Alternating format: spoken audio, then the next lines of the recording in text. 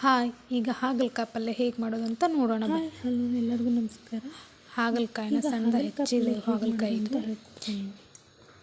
ಇದು ಹುಣಸೆ ಹಣ್ಣು ರಸ, ಎಣ್ಣೆ, ಈರುಳ್ಳಿ, ಟೊಮೆಟೊ, ಉಪ್ಪು, ಗುರಳ್ ಪುಡಿ, ಖಾರ ಪುಡಿ, ಹುಣಸೆ ಹಣ್ಣು ರಸ, ಎಣ್ಣೆ. ಇವಾಗ ಹಾಗಲಕಾಯಿ ಪಲ್ಯ ಹೇಗೆ ಮಾಡೋದು ಅಂತ ನೋಡೋಣವಾ. ಜೀರಿಗೆ, ಅಲ್ಲಿರೋದು ಜೀರಿಗೆ. ಈಗ ಹಾಗಲಕಾಯಿ ಪಲ್ಯ ಹೇಗೆ ಮಾಡೋದು ಅಂತ ನೋಡೋಣ. ಗ್ಯಾಸ್ ಆನ್ ಮಾಡಿ, ಈಗ ಒಂದು ಬಾಣಲೆಯನ್ನಿಟ್ಟು ಅದರಲ್ಲಿ 2ರಿಂದ 3 ಚಮಚ ಎಣ್ಣೆ ಹಾಕಿ, ಬಾಣಲೆ ಕಾದಿದ್ದಿಲ್ಲ ಅಂತ ನೋಡಿಕೊಂಡು ಕಾದಾದ್ಮೇಲೆ ಸ್ವಲ್ಪ ಎಣ್ಣೆ ಹಾಕ್ಕೊಳ್ಳೋಣ. ಸ್ವಲ್ಪ ಎಣ್ಣೆ ಹಾಕ್ಕೊಂಡು ಇವಾಗ 2ರಿಂದ 3 ಸ್ಪೂನಷ್ಟು ಎಣ್ಣೆ ಹಾಕ್ಕೊಳ್ಳೋಣ. ಈಗ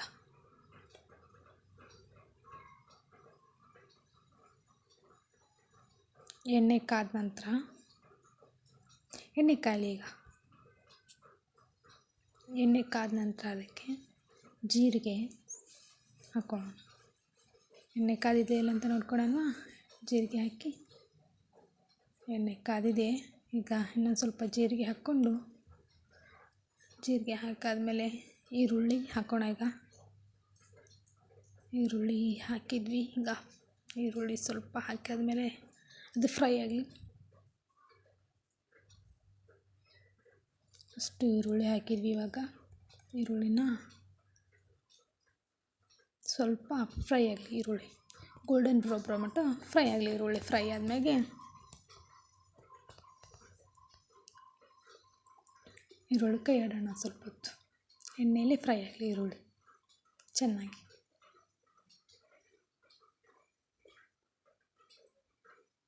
ಫ್ರೈ ಆದಮೇಲೆ ಈರುಳ್ಳಿಗೆ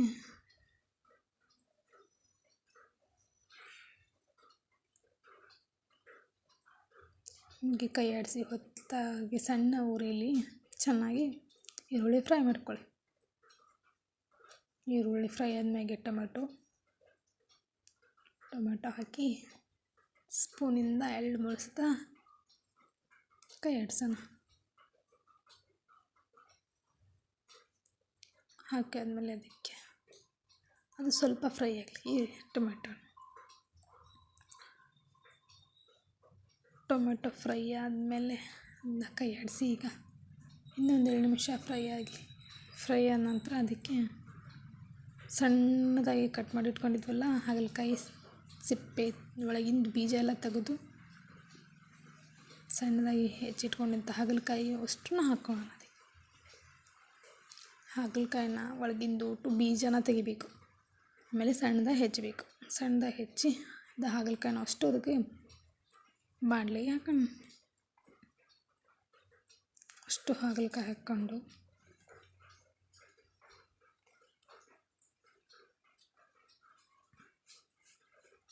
ಹಾಗಲಕಾಯಿ ಅಷ್ಟು ಹಾಕ್ಕೊಳ್ಳಿ. ತೊಳೆದಿಟ್ಟಿದ್ವಲ್ಲ ಹಾಗಲಕಾಯಿನ ಹಾಕಿದ್ವಿ. ಈಗ ಹಾಕಿದ್ಮೇಲೆ ಕೈ ಆಡಿಸೋಣ. ಒಂದು ಸ್ವಲ್ಪ ಎಣ್ಣೆಯಲ್ಲಿ ಅದು ಹಾಗಲಕಾಯಿನ ಫ್ರೈ ಆಗಲಿ. ಒಂದು ಸ್ವಲ್ಪ ಹೊತ್ತು, ಒಂದು 2ರಿಂದ 3 ನಿಮಿಷ ಫ್ರೈ ಆಗಲಿ ಹಾಗಲಕಾಯಿ ಎಣ್ಣೆಯಲ್ಲಿ ಚೆನ್ನಾಗಿ. ಕಹಿ ಎಲ್ಲ ಬಿಡುತ್ತೆ. ಕಹಿ ಅನ್ಸಲ್ಲ ತಿನ್ನೋಕ್ಕೆ.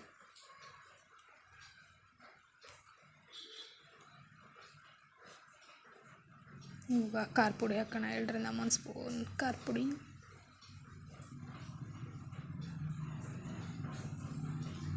ಗುರಳ್ ಪುಡಿ, ಹಾಗೆ ರುಚಿಗೆ ತಕ್ಕಷ್ಟು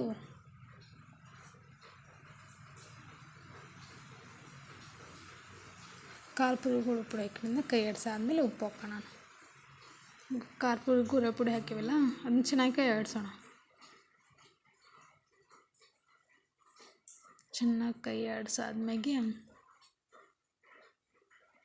ಸ್ವಲ್ಪ ಬಾಯ್ಲ್ ಆಗಲಿ. ಅದು ಆಮೇಲೆ ಆಮೇಲೆಲ್ಲ ಹಾಕೋಣ.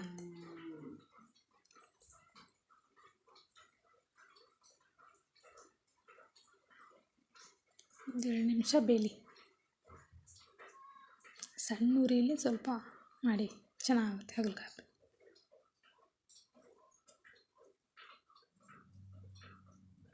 ಇವಾಗ ಹುಣಸೆ ರಸ ಹಾಕೋಣ.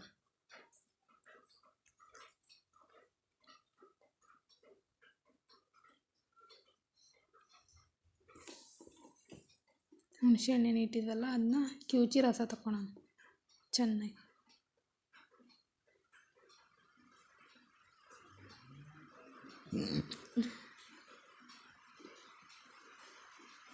ಹುಣಸೆ ಹಣ್ಣಿನ ರಸ ಹಾಕೋಣ ಇವಾಗ.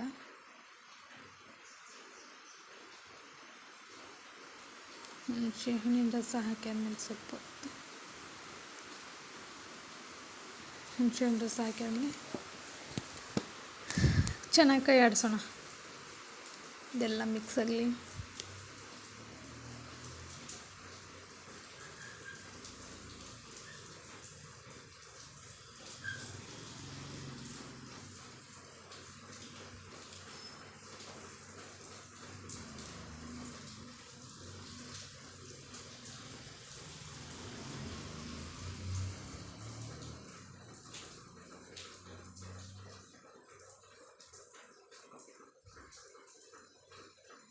ಸ್ವಲ್ಪ ನೀರು ಹಾಕೋಣ.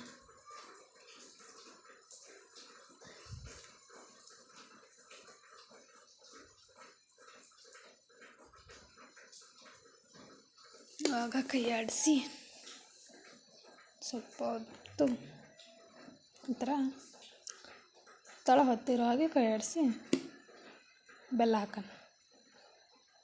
ಅದು ಈ ಬೆಲ್ಲ ಹಾಕಿದರೆ ಪಲ್ಯ ಇಷ್ಟ ತುಂಬ ಟೇಸ್ಟಿಯಾಗಿ ಬರುತ್ತೆ ಪಲ್ಯ, ಸಖತ್ತಾಗುತ್ತೆ ಪಲ್ಯ ಮಾತ್ರ ಇದು.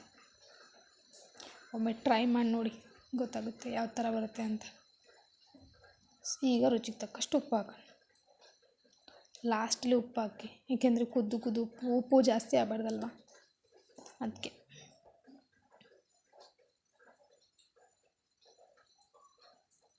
ಈಗ ಇದು ಕುದೀಲಿ ಸ್ವಲ್ಪ ಹೊತ್ತು. ಚೆನ್ನಾಗಿ ಕುದ್ದಾದ್ಮೇಲೆ ಪಲ್ಯ ಹೇಗಾಗುತ್ತೆ ಅಂತ ನೋಡೋಣ. ಸ್ವಲ್ಪ ಹೊತ್ತು ಕುದಿಲಿಂದ ಬಾಯಿ ಮುಚ್ಚಿಡೋಣ. ನೋಡಿ ಎಷ್ಟು ಸಖತ್ತಾಗಿ ಕುದೀತಾ ಇದೆ ಪಲ್ಯ, ಎಷ್ಟು ಚೆನ್ನಾಗಿ ಕಾಣ್ತಿದ್ದಿಲ್ಲ.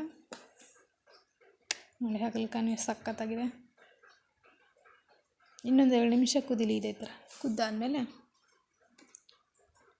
ಟೇಸ್ಟ್ ಮಾಡಿ ಪಲ್ಯ ಹೇಗಿರುತ್ತೆ ಅಂತ ಹೇಳಿ, ಟ್ರೈ ಮಾಡಿ ಹೇಳಿ ಒಮ್ಮೆ ನನಗೆ.